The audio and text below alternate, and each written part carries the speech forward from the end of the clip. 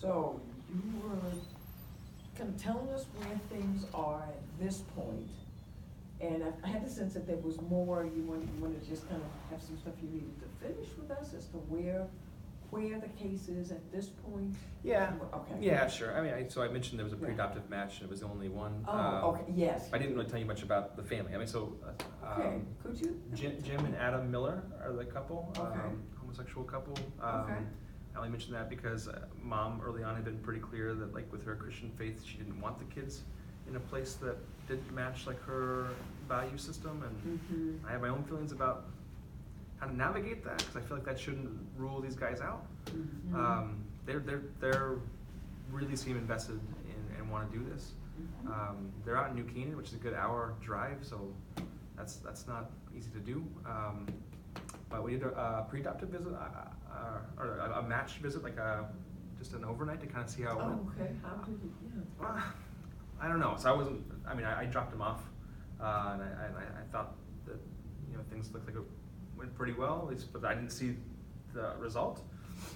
One of our case aides came out and picked the kids up, and then did mention that the kids, from their point of view, African American caseworker. Oh, yeah. I was going to ask you. What A case aide. An African American. Yep. Woman, a man. Woman. Yeah. She's Okay. does a fabulous Okay. job, and she Okay. brought the kids back, but did mention that, like, on picking them up the next morning, that she had some concerns. She was really vocal about it.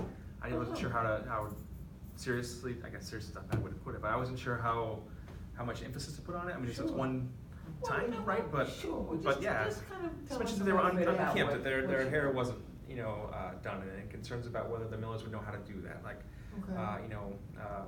like the Millers didn't have lotion, just like Okay. they weren't prepped for these kids in the way that she thought they should be prepped, and part of that's probably on me for not kind of making sure some of those things were done. So I don't know, but for me it was like, it's a start, right? It's not like the end of it. So I'm just trying to figure out how to make it work, if we can, or if we're even supposed to. I don't know. So you sound kind of uncomfortable at this point. I am uncomfortable at this point. Yeah. Yeah, I mean, like, I think if the Clarks had been willing to, I mean, then it makes sense. I mean, that's where their family is now. It's the family they've kind of grown to know. There's still a nexus there. There's still a relationship to try to work with the parents. It's still the same community.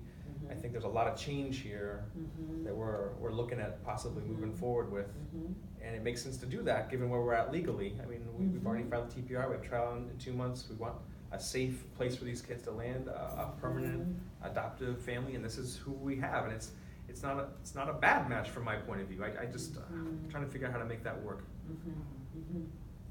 Yeah. So, right. Yes, naturally. I hear that, I'm new to this team and to this case, but what I'm hearing is that you feel that you still want to move forward, right? And that's what you're kind of. Yeah, I think what I'm hearing, if I can, is that,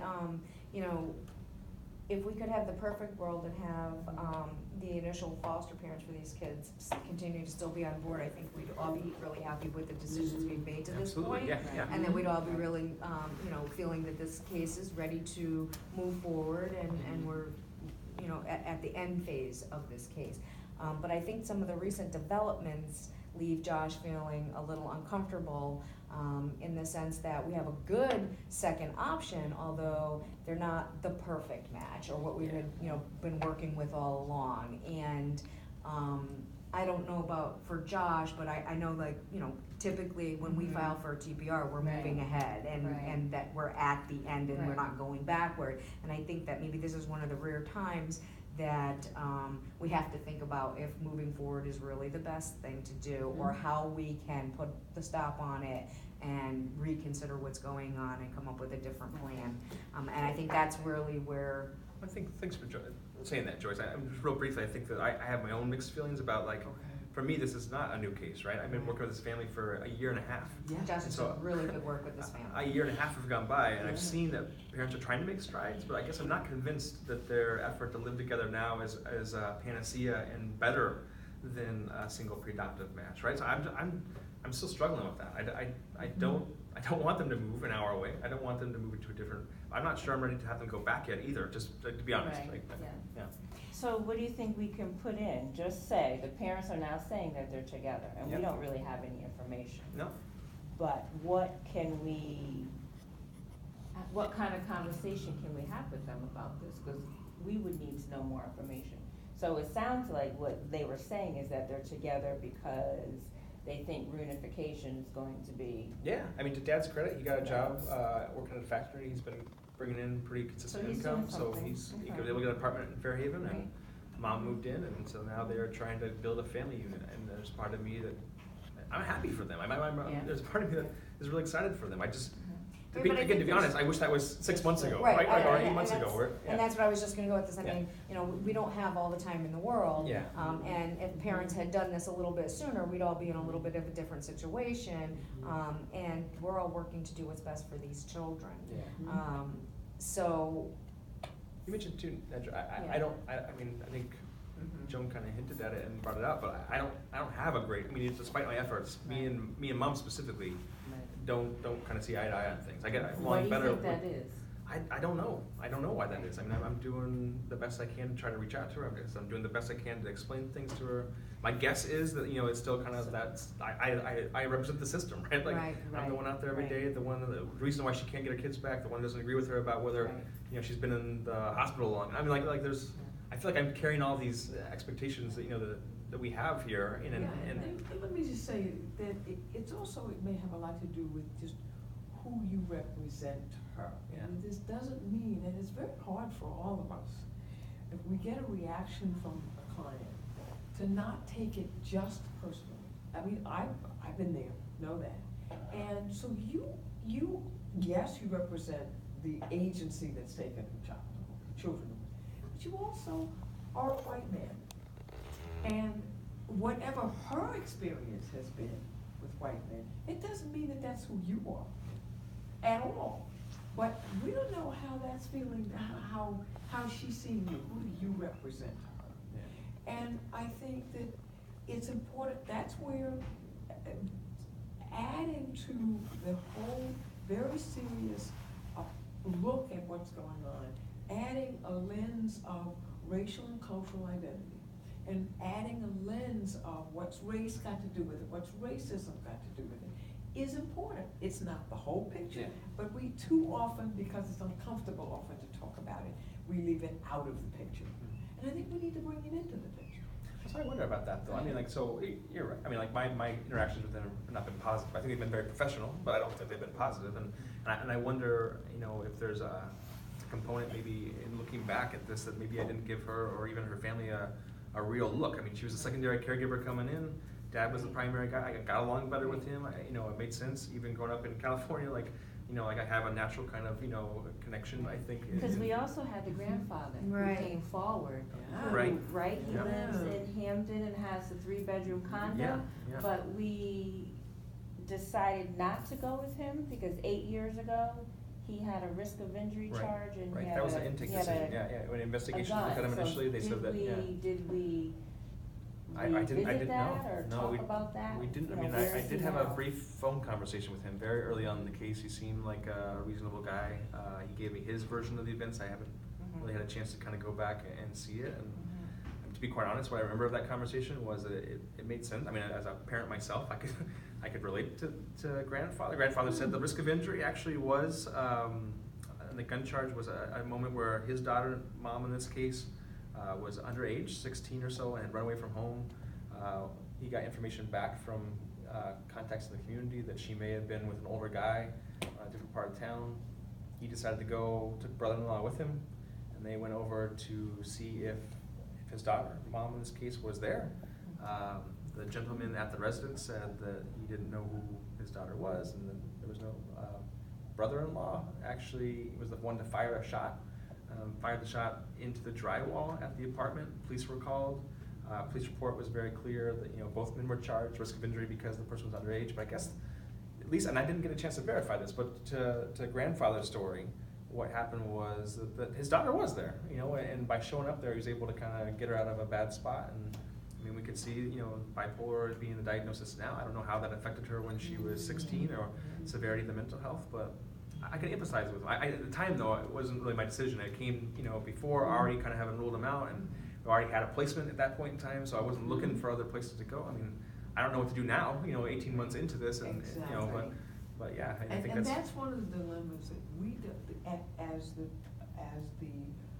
providers working within a system, we don't control all the things Right. that are part of the system. And this is one of those situations where there's some systemic things going on. That whether it's intentional racism or not, it's the bias, and we know it from like just looking at who's in the prison system these days.